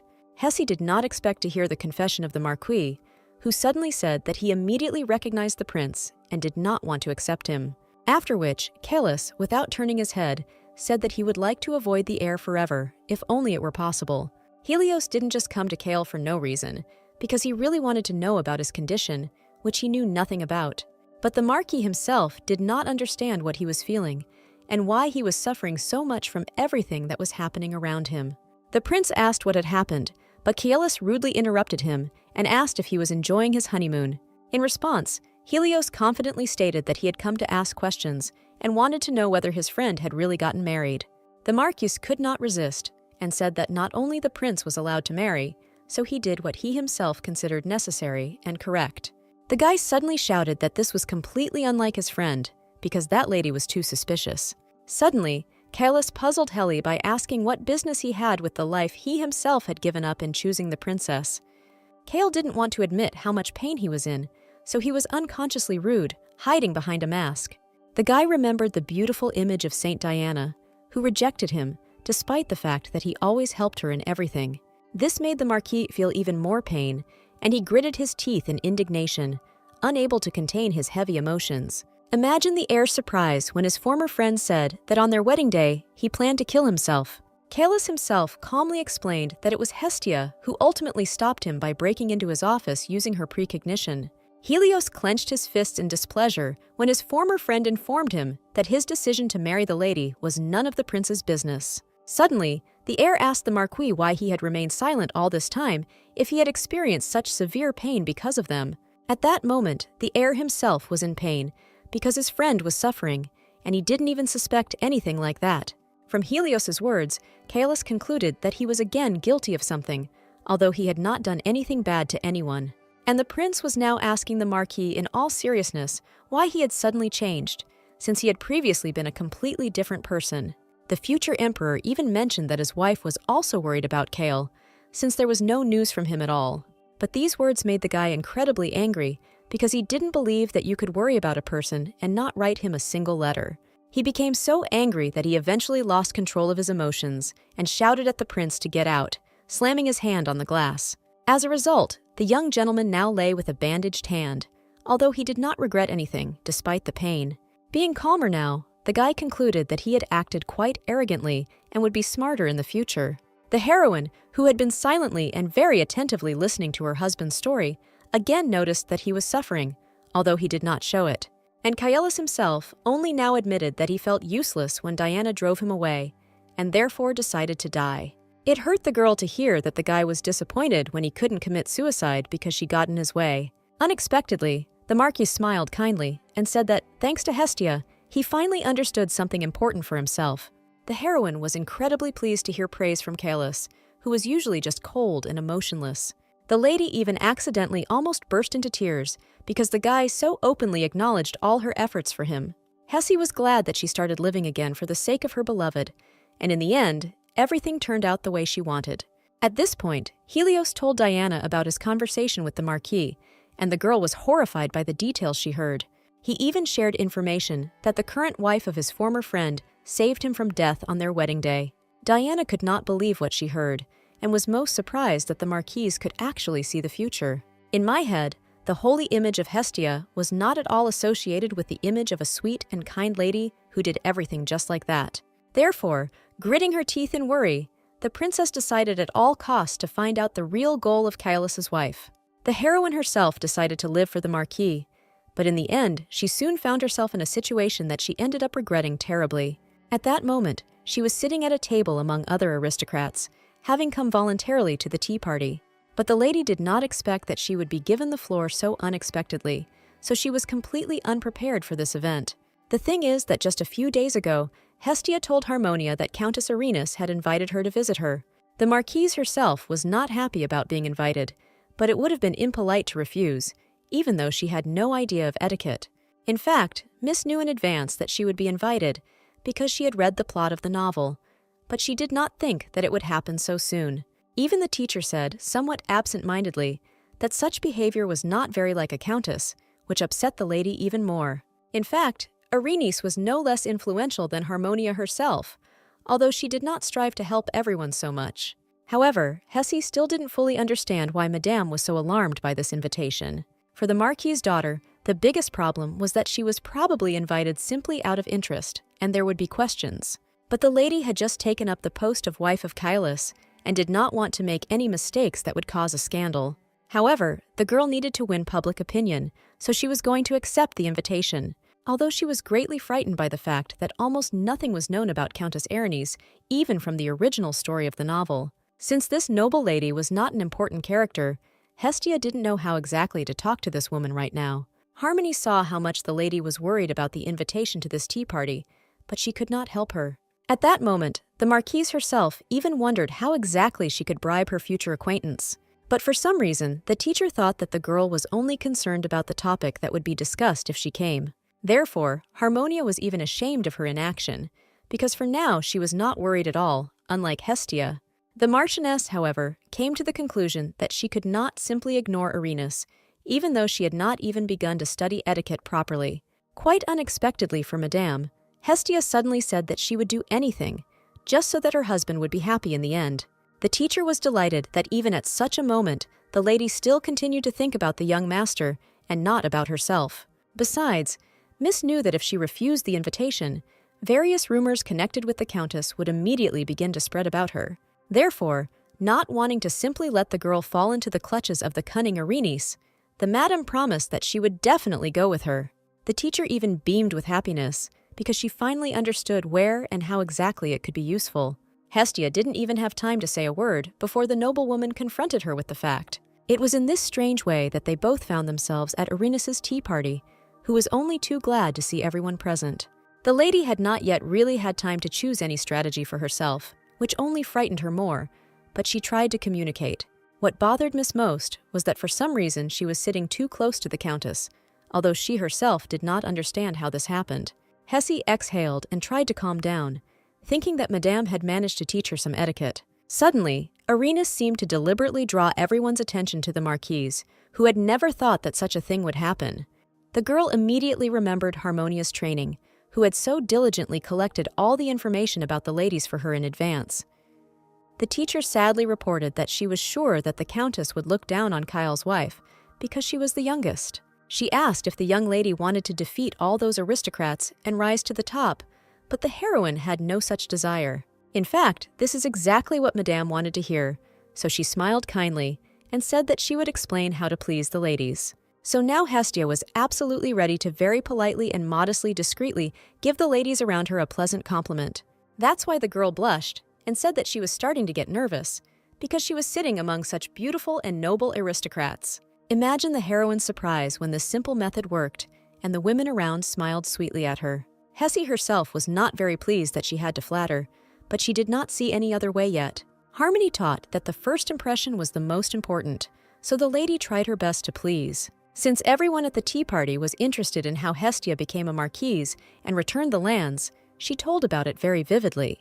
And all these embellished stories worked even better than the teacher had expected, because the ladies listened to everything with pleasure. The heroine understood that since Erinis had called her out of interest, this curiosity only needed to be increased, and she succeeded. She saw the aristocrats whispering among themselves and wanted them to start discreetly discussing Saint Diana. The Marchioness wanted nothing more than to spoil the princess's image in this noble environment, because this would ultimately help her greatly. Suddenly, one of the women asked if the lady was worried about her husband Kaelus's love torments. Although the heroine was so uncomfortable with the question that she clenched her fist, the lady was still prepared for the fact that they might ask something like that. Harmonia explained that in this way the aristocrats could test the Miss's reaction, and she was not allowed to behave badly at that moment. The girl herself understood perfectly well how much her position would sink if she suddenly did something wrong. However, Hestia still expected that Diana herself would sooner or later hear all the conversations at this table. So she took matters into her own hands and said that she had nothing to worry about, because the Marquis had long since forgotten about the princess. That same evening, as soon as Hessie returned to the estate, she immediately fell face down on the bed due to incredible fatigue. Once again, she concluded that communicating with people was the most difficult task, including tea parties for noble gentlemen. Hestia managed to get the ladies at the table to sympathize with her now, and not with everyone's favorite Princess Diana. And now the Marquise was very glad that even more people appeared on her side in this confrontation with the Holy Lady. She remembered how Erinis had suddenly told her that sometimes Diana invited young girls to her imperial palace. Hessie couldn't understand why these simple words caused such a stir among the women. In response to all this indignation, Erinis suddenly advised the women to talk less, since their status was lower than Diana's. At that moment, the Marquise realized that the saint had become quite tiresome to these aristocrats, although they did not show it. Since the lady knew that Helios was soon to call her to the palace, she decided to take advantage of this. So she said quite sincerely that she could convey the aristocrat's question personally to Diana herself once she appeared at the palace. The heroine could not even imagine that her innocent proposal would cause such strong and terrible emotions. Beginning to worry, the Miss hastily explained to the ladies around her that she was in correspondence and therefore had access to the palace. For a while, the women conferred among themselves, although they were no longer angry with Hestia for her unexpected attempt to intervene in the dialogue. After which, they all at once entrusted the negotiations with the princess to the Marquise, which somewhat surprised the girl in the end. At the end of the conversation, Erinis made a conclusion, who with a sweet smile on her face said that Hessie was now invited to join their ranks. The only thing that worried the heroine now was that she would now have to somehow get information from Diana for the aristocrats, And for this, she was going to use her future diary, in which she wrote down all the events of the novel that she could remember. It took Hestia a long time to reconstruct all the events from memory alone, but now the diary was a good support. So the lady was glad that she had started recording information in this way, because now it was easier for her to think. At this point, Hessie was trying hard to figure out which events she should tell Diana and which ones she should tell Helios to surprise them. Suddenly, the heroine jumped up in her bed as she came across a useful entry in her diary. The girl was extremely serious and strongly hoped that she would succeed and that the princess would feel great amazement. But the next morning, before going to the palace, the lady decided to get permission from her husband in order to act freely. But just before the very doors to Kaelus's room, Miss froze uncertainly as she did not dare to go inside alone. As a result, Hestia quickly found the butler, who bowed politely to the lady and began to listen to her. But Uros said that he couldn't tell the lady about this before every visit, so he advised her to simply enter the office in person. The marquise was surprised when she heard from her assistant that the master no longer felt such hostility towards her as before. Suddenly, the miss abruptly changed the subject and with tears in her eyes asked if she had really caused the butler so much trouble. The old man began to get noticeably worried, but the girl explained that she was just joking and asked him to help her with Kael. In fact, Hestia was ashamed of her behavior, but she couldn't afford to do otherwise, so she used Uros. Imagine the heroine's surprise when, entering her husband's room, she saw his half-naked body and calm face. The lady was so embarrassed by this that she froze in place, unable to say anything specific. Only a few seconds later, the girl was able to say that she was going to visit the wife of the crown prince, which is what she wanted to say. Kaelus's face didn't even flinch, although everything that concerned Diana still worried him, but the guy only asked if the saint herself had invited him. As a result, the heroine was greatly struck by the incredible calm with which the marquis accepted all her actions. The girl expected anything from Kael when she told him this news, but not that he would simply nod in response. Hestia looked at the boy carefully, but she couldn't tell if he really didn't care about his ex-girlfriend Diana anymore.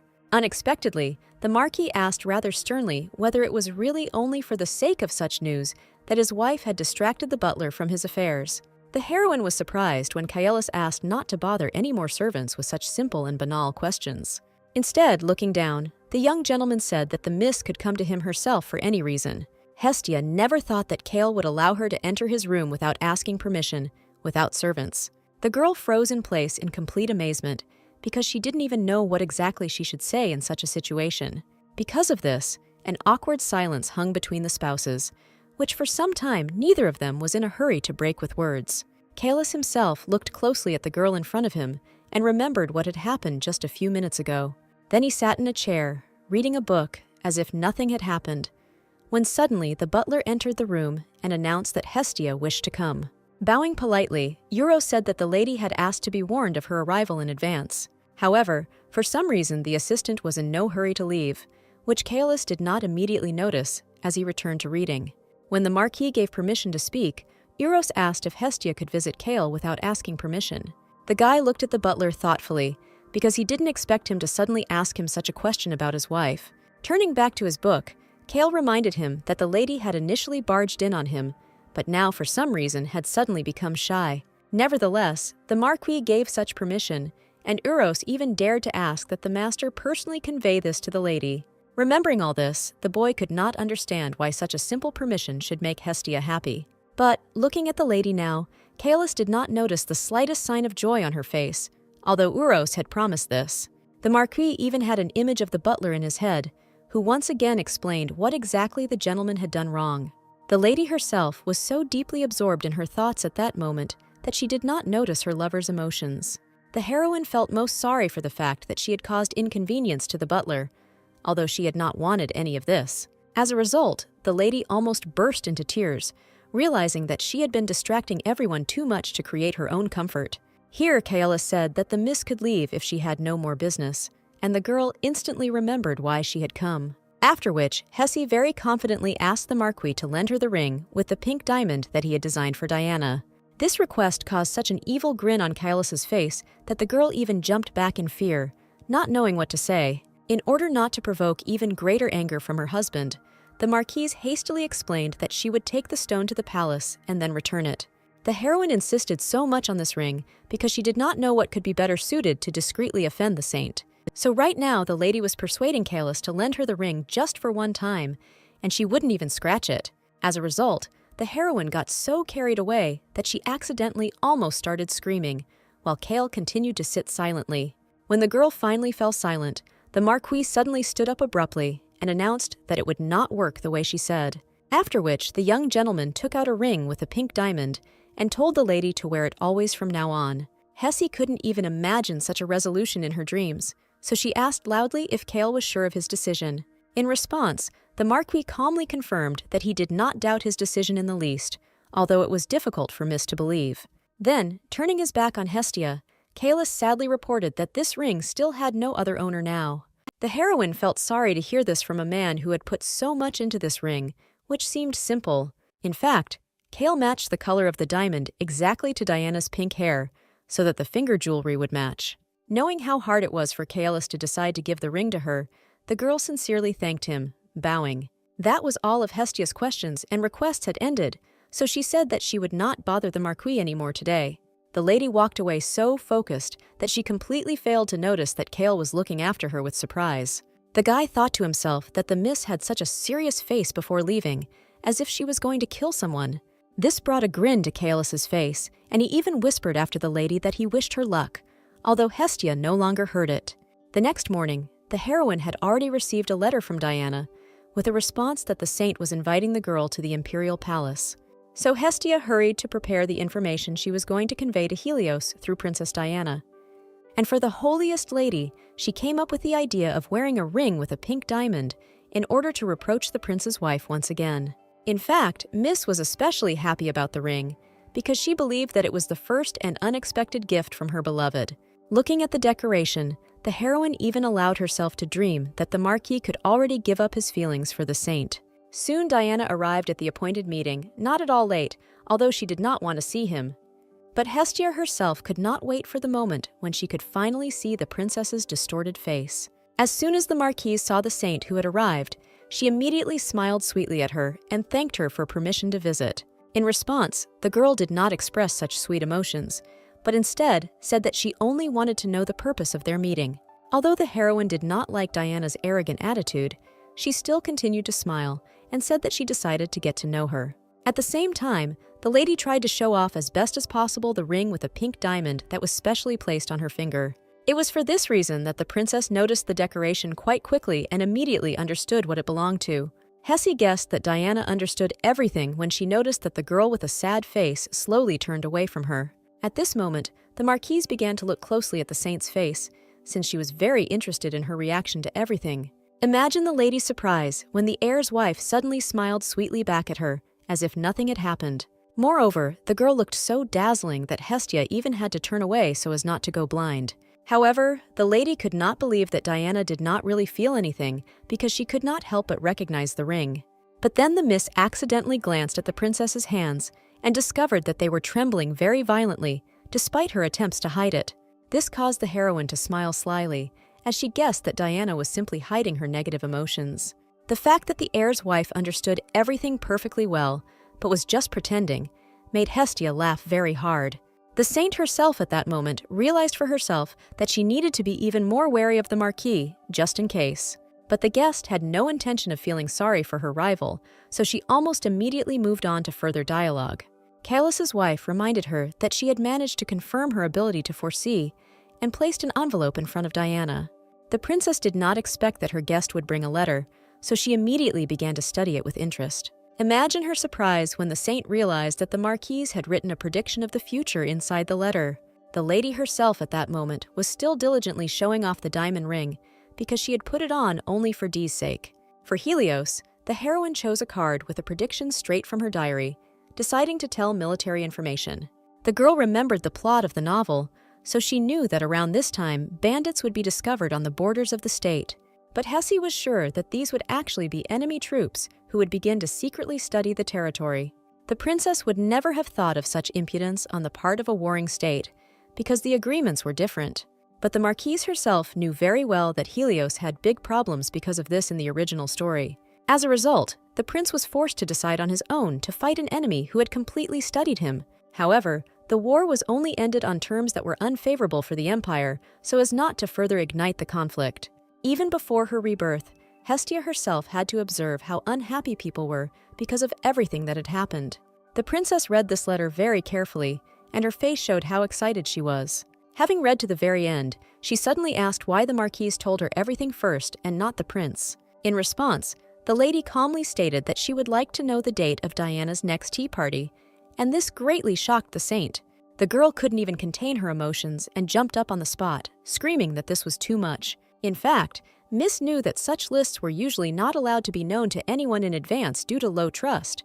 But the girl wasn't going to take the blame for her impudence, so instead she turned on the actress.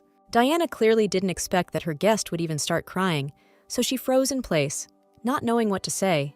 Hestia, however, said that she had brought such a useful prophecy, and thought that it would be easy for the princess to tell something banal. At the same time, the heroine thought to herself that such a deal was very fair, although the saint was indignant. After these words, Diana fell back into the chair uncertainly, as she thought deeply about what was said.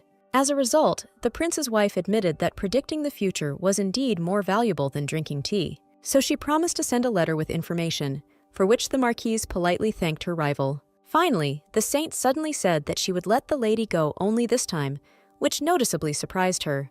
Diana, without the slightest embarrassment, declared that she expected from now on politeness and understanding appropriate to her status. Since Hestia had no intention of arguing over such arrogant words, she simply bowed politely in response. And the lady herself at that moment realized that the beloved saint from the original novel had long since left this world. The most surprising thing for the heroine was that she essentially did nothing to spoil Diana. For some reason, the princess already had incredible arrogance and a desire to appear better than others. At that moment, the heir's wife herself could not take her eyes off the ring with a pink diamond on the marquise's finger. The girl clenched her teeth in displeasure, overcoming herself because she still realized that she wanted to know the answer to her question. After which, she asked the surprised Hessie if it was Kaelus who accidentally gave her this beautiful and expensive decoration. The heroine barely restrained herself from revealing how much she had been expecting questions about the ring all this time. After which, she began to talk a lot about the fact that she didn't even know that her husband had chosen such a wonderful gift for her. Moreover, the miss was very attentively watching the saint's reaction at that moment, since she understood why she began to ask. Inside, Hestia was incredibly glad that the princess had finally taken her bait, so she could speak. The marquise's plan was to play to the public again, and pretend that she was so flattered and amazed by the ring. So the heroine poked Diana with specially selected questions that made her feel very uncomfortable. As a result, the saint sat silently with a sad face, and the miss waited for the moment when she completely lost her temper. So Hestia paused her dialogue for a moment and noticed that the princess had turned noticeably pale for some reason. The girl did not forget to pretend again that she was very worried and asked if she had done something wrong. But the heir's wife immediately began to deny the guest's possible guilt, since that was not the whole point. The saint hesitated a little and then noted with confusion that it was clear how dear Kaelus was to his wife. The heroine noticed how much the princess suddenly began to stutter and realized that she had completely upset her. So the lady shared with Diana that it was the first time she had seen such a beautiful pink diamond, after which Hestia deliberately moved on to the main part of her plan and reported that the stone seemed to match the color of the saint's hair. At these words, the princess's expression changed even more for the worse, which she could not hide. Suddenly, the marquise pretended as if she had just realized what she had said to her interlocutor, while Diana was almost brought to tears by guilt and was completely unable to think straight. Suddenly, Hessie jumped up from her seat and asked if this beautiful ring was really not meant for her in the first place. As a result, an awkward silence fell between the girls, because the saint could not bring herself to say anything. The heroine could not have foreseen such a turn of events, so she herself wondered what she should say next. She assessed the situation in her head several times and eventually clenched her fist in anger as she realized that Dee had stood her ground to the end.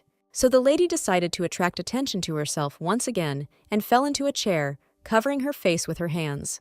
At the same time, Miss pretended that she was very hurt by the fact that she allegedly did not know about the true owner of the ring. The princess could not ignore this, so she jumped up from her seat and began to try to console her guest. It was clear from Diana's face that she was very sorry about everything that had happened, although she could not help it in any way. Hestia was secretly glad that she had finally managed to shake up the saint's calm and carefree life. After all, No matter what happened in the original story of the novel, it turned out that the girl always behaved correctly. And right now was the first time in Diana's life that she was portrayed as a villain, which was very unpleasant. The heroine concluded that the princess still had a conscience, since she asked for forgiveness and tried to console. But the lady was not going to let the saint go just like that, so she said that she realized her limits thanks to her. In response, the saint barely audibly whispered that she should thank the Marquise for saving Kaelus's life. The Marquise did not expect to hear words of gratitude from this arrogant girl, so she was noticeably surprised. At the same time, the lady was even a little frightened by the face she saw on the princess while they were saying goodbye this time. Hestia didn't know if her words had really hit the princess harder than she could have imagined, but the heroine herself was personally quite satisfied with any price if she could achieve the result she needed. When the girl returned to the estate a little later, she was immediately met by the butler, who came out of the building. Euros noticed that the lady was smiling and asked if the audience had gone well, which she immediately confirmed.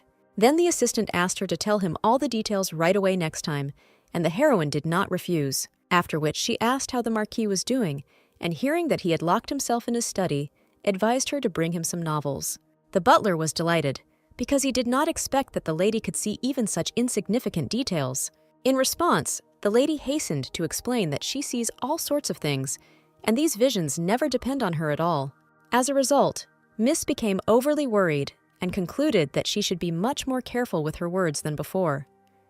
Here Euros asked what the girl was doing now, and she thought about it, since she had not yet managed to think of anything. But the Marquise quickly realized that she wanted to report to her husband about what she had done, which she told her assistant. But the girl didn't expect that Kaelus's first question would be about how Princess Diana was doing now. The heroine was not very pleased to hear this question, but she did not say anything offensive to the Marquis now. The guy suddenly turned to the lady, still waiting for an answer to her question, and remembered that she could see the future. Imagine Hestia's surprise when Kael then asked whether the heir's wife would be happy later. The girl absolutely did not understand why her lover suddenly asked such a question, because she could not answer it. This is all because the heroine knew perfectly well that soon the princess would completely lose her healing ability. Hessie read about how Diana and Helios's relationship was getting worse and worse every year without their mutual friend by their side. The prince lost a very important assistant when he abandoned Kael, and this greatly affected his management of the empire. It was at such a difficult moment for everyone that the saint suddenly, for some reason, lost all her magical powers. As a result, almost everyone around Diana turned away from her, because no one needed an ordinary girl without healing. Moreover, even Helios himself could no longer pay the princess the proper amount of attention, so she was left alone. Before her resurrection, the lady had not even thought about the serious problems that awaited Dee and Helly in the near future. So right now, Miss didn't know what exactly was not very good to say from everything that was already known. The girl knew that if she lied, sooner or later it would become known anyway, and she would lose trust. But Hestia was afraid that if she told the truth to the Marquis, he would end up going back to the princess. Suddenly, Kaelus, who had been watching his wife's face, said that he knew perfectly well what she was worried about. So the guy came close to the lady and declared that he no longer had any feelings for the prince's wife. But the heroine didn't believe what was said at all, because in that case, Kael wouldn't have asked about Diana at all. Moreover, the emotions on the Marquis's face completely betrayed his worries, so the miss did not believe him now. The girl mentally scolded herself for even thinking that one ring could change so much. The Marquise also, clenching her hands from tension, nevertheless came to the conclusion that she could not hide anything from her husband. So, in a completely calm voice, she explained that the princess would soon lose her abilities. This information shocked the Marquis so much that at first he did not even believe that he had heard the truth. But the heroine wasn't going to let Kael think about the saint, so she said that her abilities would disappear too. Hearing this, the guy thought hard, because he didn't know at all who exactly he wanted to help in this situation. The girl spoke extremely sadly about the fact that she had not yet been able to see how to prevent the loss of strength in both of them. When Hestia finished speaking, an awkward silence suddenly fell between her and the Marquis, because no one broke it. As a result, Kaelus said that all this sounded very strange, and the girl once again realized how harsh he was. However, the lady did not become upset, but stated that she was going to complete all her business by that time. Kael didn't expect his wife to say that she wasn't at all concerned about the sudden disappearance of her own abilities. He suddenly asked when exactly all this would happen, and Miss answered that in about a few years. After which she added that Diana, although she would lose her ability, would be healthy for the rest of her life. Here, Hestia again felt the oppressive atmosphere of silence and did not quite understand why this happened. Suddenly, the Marquis turned away sharply and asked the lady to go away, although she had not even done anything wrong. The heroine wanted to follow the guy, but eventually realized that right now, it was better not to touch him at all. So the lady said that she would leave her husband at that, and quickly ran out the door so as not to talk to him anymore.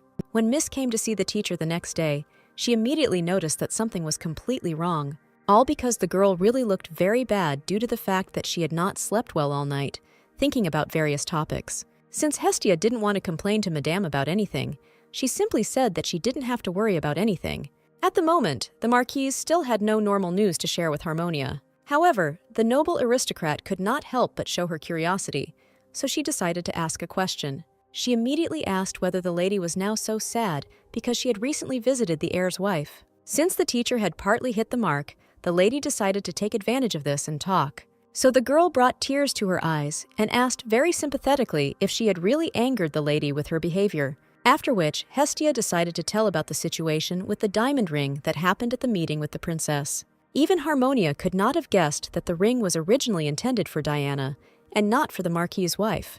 Therefore, the heroine diligently pretended that she was extremely hurt and sad because of the situation that had arisen by chance. The lady even claimed that the saint recognized the ring as soon as she saw it, although this was not at all true. Madame was very upset because she thought that Kaelus should have kept a much better eye on such things. Miss suddenly felt that the teacher's reaction was too weak, so she decided to press her a little more. Blushing from head to toe, Hestia asked excitedly what would happen if Diana suddenly tried to separate her from her husband. The heroine understood that such sobbing was too much even for her, but she still had no intention of backing down. Suddenly, the madam seized the lady by the hand and hotly declared that the princess would never in her life act in such a way. This greatly surprised Hestia, who had tried so hard to destroy the image of a beautiful saint in the eyes of her teacher. But all this turned out to be hopeless, since Harmonia began to convince the Marquise how good Diana was.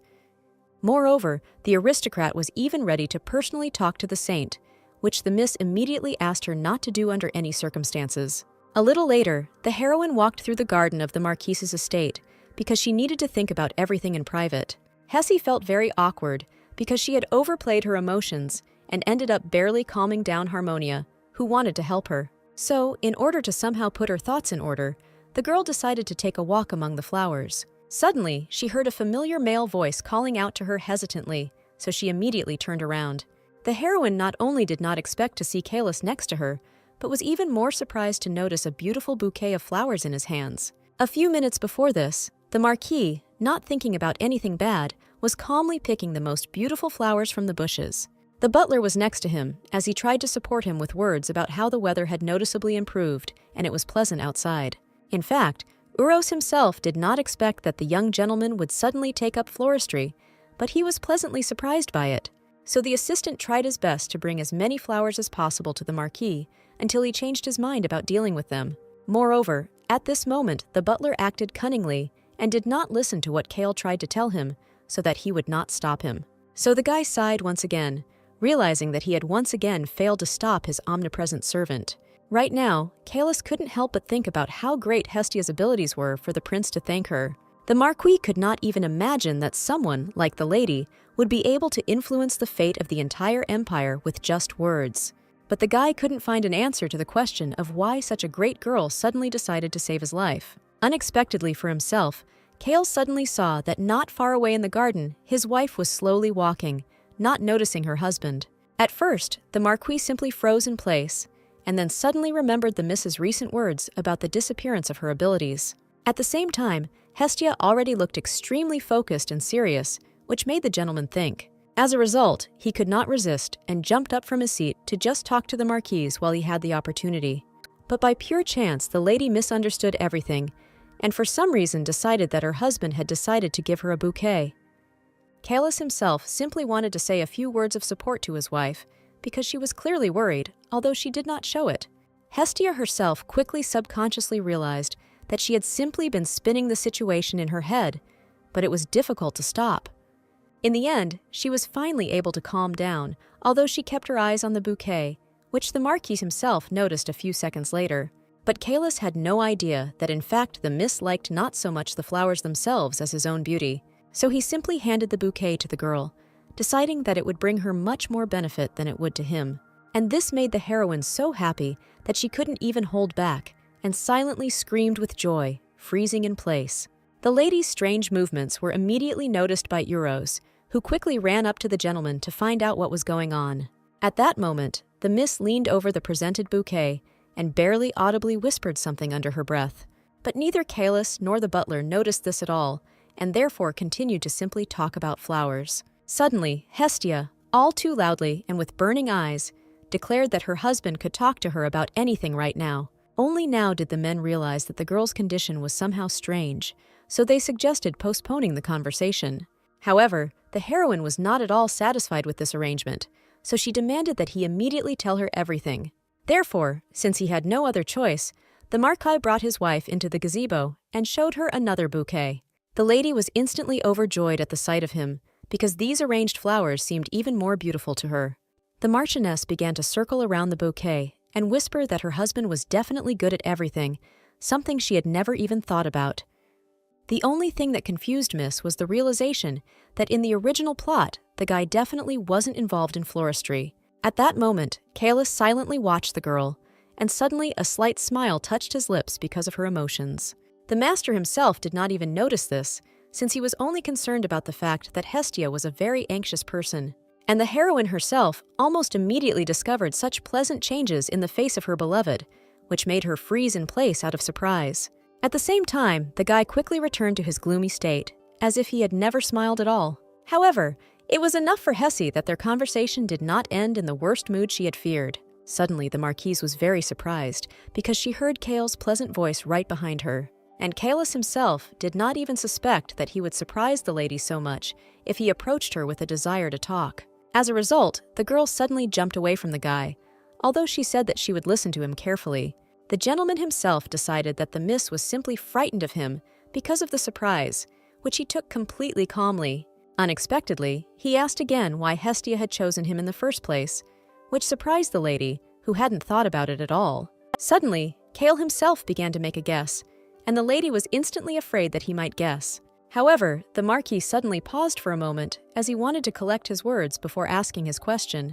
As a result, at the same time as Miss, he asked if he was an important person in the future, while she called him her favorite. Kaelus did not expect such a turn of events, so he froze in place in complete shock because he had never even heard this word. Hestia instantly realized how much she had just let herself down by confessing to her lover for some reason. But instead of getting angry at the lady, Kael suddenly became genuinely interested in the meaning of this new word. The heroine found herself in a situation in which she now urgently had to come up with some logical explanation for everything. Moreover, the Marquis looked so serious that the miss immediately realized that he would not leave her alone until he received an answer. However, the girl was too embarrassed to just explain to him everything that the guy just wanted to know. This is because the Marquis was a researcher and scientist by nature, and therefore had a great curiosity about everything new. But what frightened the lady most of all was the sad face of the Marquis, who assumed that she herself knew nothing. So Hestia couldn't stand it, and screamed that this word meant the most beloved person for the one who said it. Hearing this, Kaelus absent-mindedly repeated a few words about love, since he was not ready to hear exactly this explanation. Because of this, the heroine's heart almost jumped out of her chest once again due to enormous excitement. So Miss hastily tried to reduce the whole meaning of the word to the usual feeling of affection and all that. Suddenly, the guy said that he didn't think that the Marquise loved flowers so much, and this greatly surprised the girl. Taken by surprise, Hestia didn't even try to correct Kael, who had misunderstood everything, and simply went to dinner with him. Suddenly, the Marquis changed the subject and said that he would like to talk again about his wife's abilities. The heroine was scared, because for some reason she decided that her husband simply doubted her words, and she didn't know what to do. But Kaelus spoke about the fact that these forces are very complex, because an element from the present can easily influence the future. The lady had never thought in such a direction, because these thoughts were extremely difficult for her to comprehend personally. And the gentleman asked whether he would have been dead then in the past if the miss had not saved him, to which she immediately answered in the negative.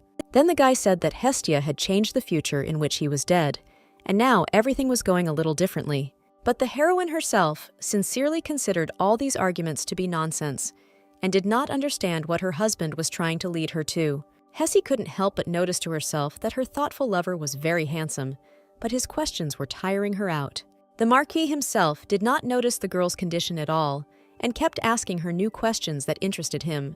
Clutching the bouquet given to her, the lady suddenly realized that all this time Kaelus had been telling her in different words about the time paradox. Only now the heroine was finally able to realize that there is no guarantee that the events in the original novel will be repeated now. Hestia immediately realized what a huge problem this could lead to for her if her lie was exposed earlier. Suddenly, Kael asked if maybe the girl saw how important he was in the future, and that's why she saved him. However, due to the early death of the Marquis, nothing was written in the novel about what benefit he could have brought.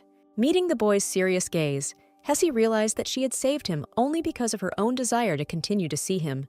Miss immediately guessed that she could not answer his question too casually, because Kaelus might suspect something. Suddenly, the Marquis approached his wife and kindly asked if it was really so difficult for her to tell him something like that. The girl couldn't withstand such a pleasant pressure and therefore quickly turned away so as not to become even more embarrassed. In the end, Hestia said that even if she died, the world would continue to live on, and these words deeply touched the master. But he pretended that everything was in order and only agreed that the Marquis had judged very wisely and correctly, after which Kaelus suddenly whispered, barely audibly, that no one really cared whether he existed in this world or not. The girl didn't want this at all, but the guy still concluded that he was not such a great person to be needed. The heroine herself understood perfectly well that such secondary characters were not needed at all after the end of the novel.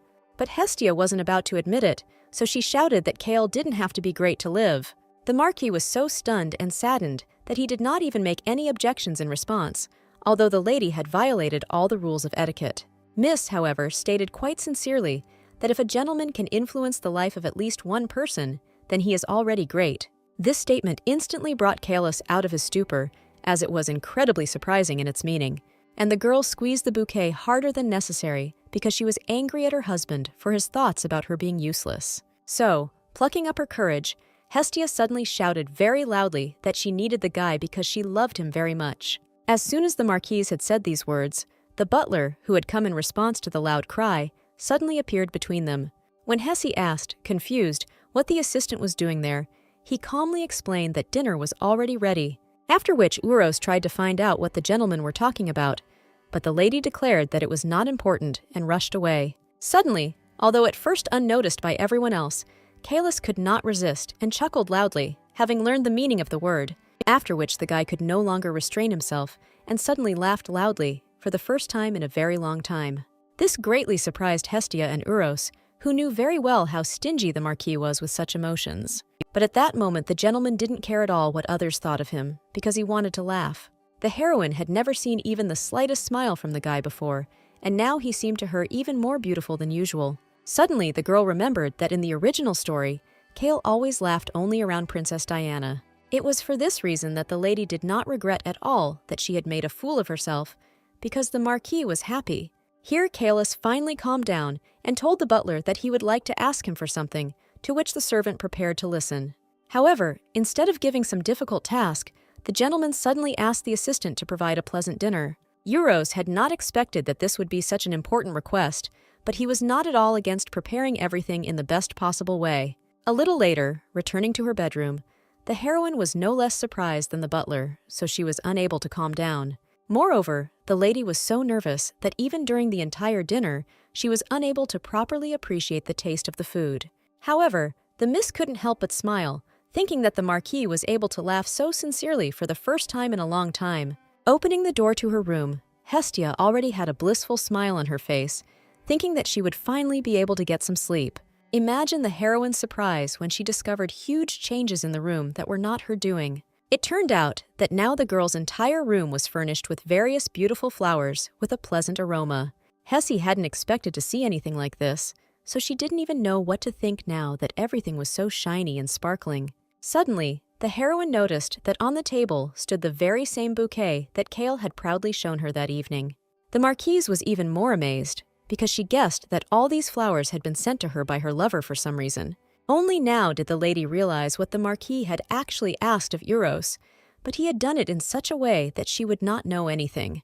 But the young lady had no doubt that the butler was responsible for the choice and quantity of flowers. She touched the buds, which her husband had personally collected and arranged into such a composition, somewhat confused. And with pleasure, Hestia suddenly thought that in any case, she was pleased to receive such a gift from her beloved.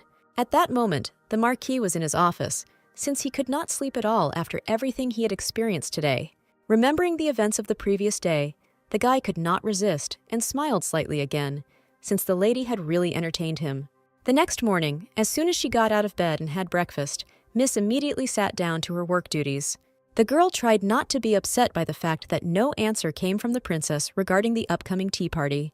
The heroine did not know exactly when it would be best to hold a banquet for Diana, and so she was thinking about what to advise her.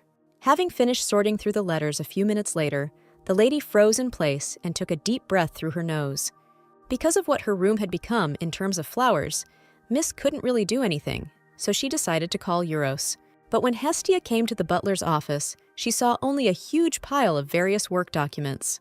The Marquise was immediately frightened by how many papers there were on just one small table. The lady began to look around in confusion because she had been told that Euros should be there, but she did not see him. Suddenly, from somewhere under the rubble, the heroine heard a weak voice pleadingly calling her name. Hessie, with quick and deft movements, swept some documents to the floor and saw the butler underneath them.